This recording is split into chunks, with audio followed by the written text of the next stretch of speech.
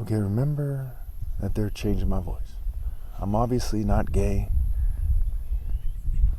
So this video is about decoding Revelation 17 and 18, which occurs after the punishments are dished out on the inhabitants of the earth because they've killed the righteous. Okay, and then in 17, 18, 19, and 20, you hear about their fate after that.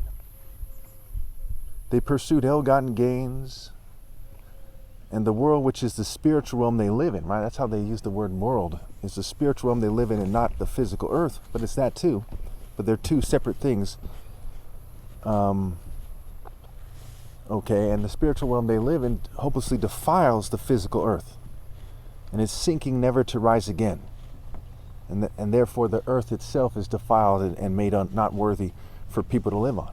It's part of why there's a new heaven and a new earth. You see, pursuing stolen water, so to speak, is pursuing ill-gotten gains, especially in the form of trying to exert power over people outside of the divine order. Okay? And that fills one's soul and spirit, and their group's soul and spirit, with fire from the wrath of God. As wickedness burns in this way like a fire. The sun is a symbol of God and I, and a warning. I've said that no one should reproduce. Since 2017 or so, I've said no one should reproduce. And I was and am clearly right. Folly is Babylon, the prostitute, the intermediary between the devil and the kings and cultures that are following him. All the nations are following him, and no one is obeying God through me. The whore will be burned with fire forever, as will all the kings of the earth and everyone who doesn't obey God through me but my parents. The devil will cook to the extreme. The whore spirit of betas, brutes, and Englishmen feigning superiority and those like them, okay, is the part of the human race, one could argue, that is receptive to Satan. Okay, it's like, okay, if you saw an attractive female and she chose to reject me just for some rich worm or someone from the opposition view in the churches or what have you, you would think, what a dumb bitch, right? Now, what are you referring to? Is she dumb because she doesn't know how to tie her shoes? She does know how to tie her shoes. Is she dumb because she doesn't know basic math? She does know basic math. These are just book smarts anyway. One could argue it's society's fault if she doesn't know how to do it, depending on if she's retarded or not. But if she's not retarded, you're like, hey, what the fuck is wrong with her, right? And so there's a part of her that is receiving the devil and not God. It's like there's a part missing from her brain. She's able to drive and ride a bike and able to do things like that and knit and whatever the hell else she can do. But she can't do the basic human math to not reject Jesus for some sniveling, boot-licking coward. And that would piss a righteous person off, right? And so that part of them, that is the prostitute, that is wickedness, that is folly. See, folly is an unruly woman. She is simple and knows nothing. It's the spirit of folly. It's a part of the human genome, those outside the divine order. And they are in rebellion collectively, even if they hate each other's guts, even if they're a hermit somewhere, they still share a spirit of receptivity to the stupidity of cheating the Royal African Falcon Martial Art Order out of its right to lead. And the reason why I brought up an Englishman, because few groups in popular culture here in America are more pronounced as rebellion against the Royal African Falcon Martial Artist Order than the English, right? They have their own quote-unquote order, secular, you know, their so-called royal families, very famous, always in the news, in very cheesy ways, right? They did the coronation with blue-haired horses looking like ponies and so on and so forth. And the point of this video isn't to insult them, it is to explain why they're wrong. Because when someone goes that far to insist that they're ideal, that they should magically lead the human race and so on and so forth, okay, the righteous person has to correct them. They give them no choice. So if all white cultures, if you live in America, the English seems to be the white culture bell that rings the loudest, right? When it comes to them arguing that people should follow someone more like them. So if we look at American culture, when white people look less gay or something, And maybe they're clean and lean, right? They're kind of health and wealth. They're kind of tall. They're rich. They're wealthy. They're more serious than Gavin Newsom, for example. And they're trying to be like proper English gentlemen.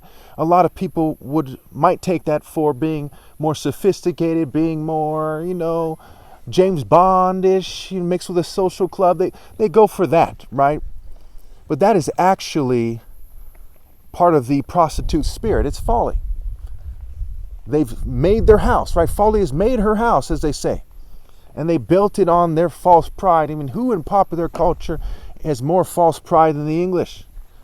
Yet, white people in America use a scale where they try to date toward people like that, right? That particular rich type of English person that they want to pretend is superior. And in the Anglican Church, I'd imagine they want to pretend they're divine. And we see the false depiction of Christ. The various false depictions, quite often they resemble Germans or English people or Nordic people, with long hair mixed with some Jewish features or some white Jewish features or something. So that's that. Now, by the time you wrap your mind around all of that, you should see why it needs to be said. You see the people in the churches, they try to dress a certain way, and they conspired with the state to prevent me from wearing my martial art outfit, from being in a certain shape so I look good in my martial art outfit, from moving a certain way, from having a certain health and grace in my face and my movements and actions. But nobody was preventing them from that for the most part. They're applying some kind of despicable propaganda, spectrum. Despicable con man propaganda contrast game. If anyone thinks that I went too far or was too harsh, please put in the comments. I'm sure we can all agree that what I've said is more than fair, and it should be said especially by me. But it should be said by many people all the time, because people starve to death all over the world, and they suffer because people play these games, and a lot of the people they're killing are the types of people who are heterosexual, who would show them up, right? They would look very handsome and righteous because they have that natural indigenous way about them. And you see that people who are more mixed with Europeans, especially in their patriarchal line, no offense to anybody, are the ones that they're sparing. Isn't that heartbreaking? Now, if you were, somebody who fits the description, would you want them to throw your siblings under the bus because they're not like their European side enough? And would you want no one to speak up for them? So that's why in Revelation 6 it says, "How long, sovereign Lord, holy and true, until you judge the inhabitants of the earth?" And I would venture to say that the immigrants are being deported based on their characteristics, right? They're being deported by ICE, Immigration's Customs Enforcement. So it's a mix between their characteristics, their genes, right, and their behavior. And boy, is it toxic. It is very wrong what they are doing. It's like every day I see some video that shows the horrible things they're doing. I'm not some propaganda person. I'm not into politics that much. I'm into social issues. I'm into the truth. Okay. Where were we here?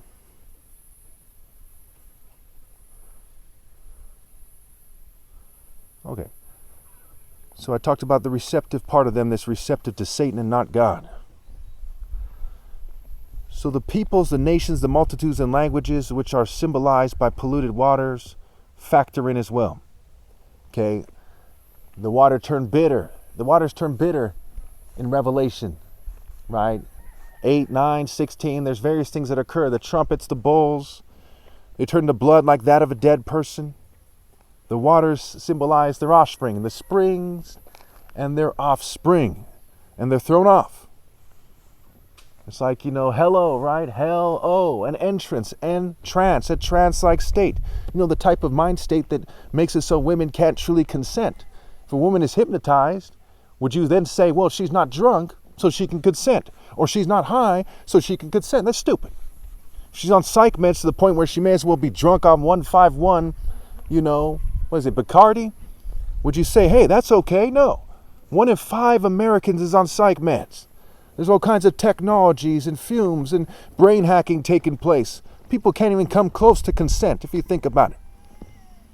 At least if they're in the state, at least let them know who I am. At least let them hear me out. At least have them listen to me daily so they can have some semblance of a chance to consent if they're not obeying God through me. See, it's called consent. who sent the standard that you use, the scales. At least let them hear me out. At least stop sabotaging me to make it crystal clear to them that I am who I say that I am and that I'm right to say these things. And if you think of the human family as one big family, I'm the most respectable member of their family, insisting that the entire family does the right thing. I think that they have a right, a familial right, if you will, to hear me out. Okay. Again, if you feel I was too harsh for the English, I do feel a little bit bad. But it had to be said, and I did nothing wrong. Okay, I'll go as far as to say that if I went too far, or if I hurt anybody unnecessarily, then I apologize. No offense other than the offense than God intended. Just for good measure, I'll say I don't think it was unfair, though. Okay. The people who follow the prostitute are made insane in the eyes of God, so in reality, they are insane. They are drunk on the blood of the saints and the activities that they find worthwhile and derive pleasure from, while they're continuing down their path of turning their back on the righteous, but first and foremost, turning their back on God. Even if they're trying to support their families, it's one of those things that's kind of painful to say because we've been conditioned to kind of not say it, but it's not enough to just try to support your family.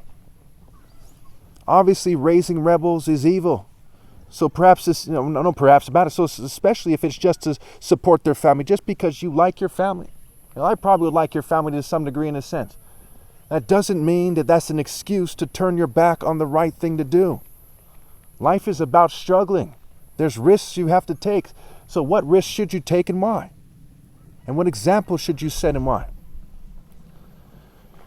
The prostitute, aka folly, aka wickedness, I think it's Zechariah, where she's referred to as wickedness, is gleaming with the residual glow of her former wisdom, noble character, righteousness, justice, and all the monotheistic Royal African Falcon martial art principles.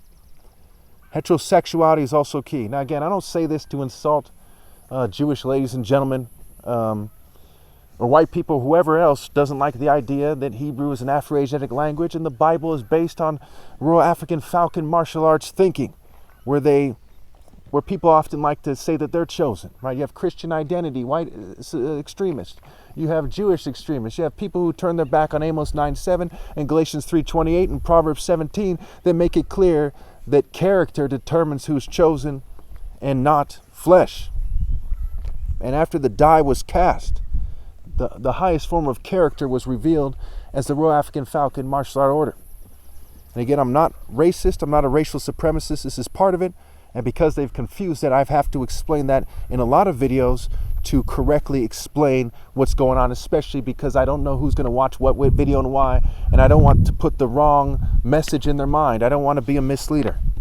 I just want to do God's will. And He's allowed me so many blessings. He's allowed all of you to have so many chances. I'm not going to betray God. I have a Father in heaven.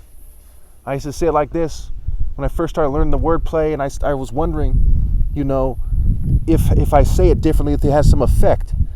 And maybe I was under, that they were drugging me or something, but I felt something strong. And I know that because I went the distance to say it through the sabotage, that I otherwise would have felt something strong. It just would have been different.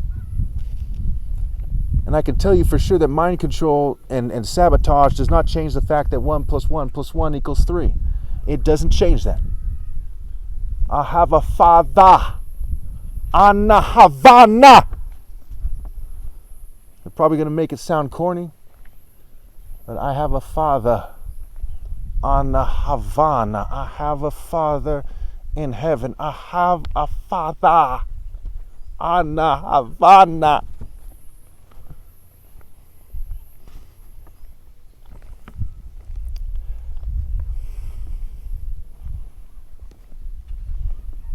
She's a generationally formed spirit of receiving something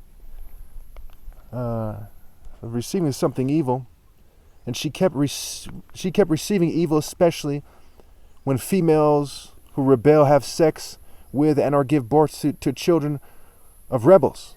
which become worthless abominations more and more, unless they repent and obey God through me, which is the only way. A'ama, akrastata, a'ama, ata, awaya, anda, ada, atrasa, alas.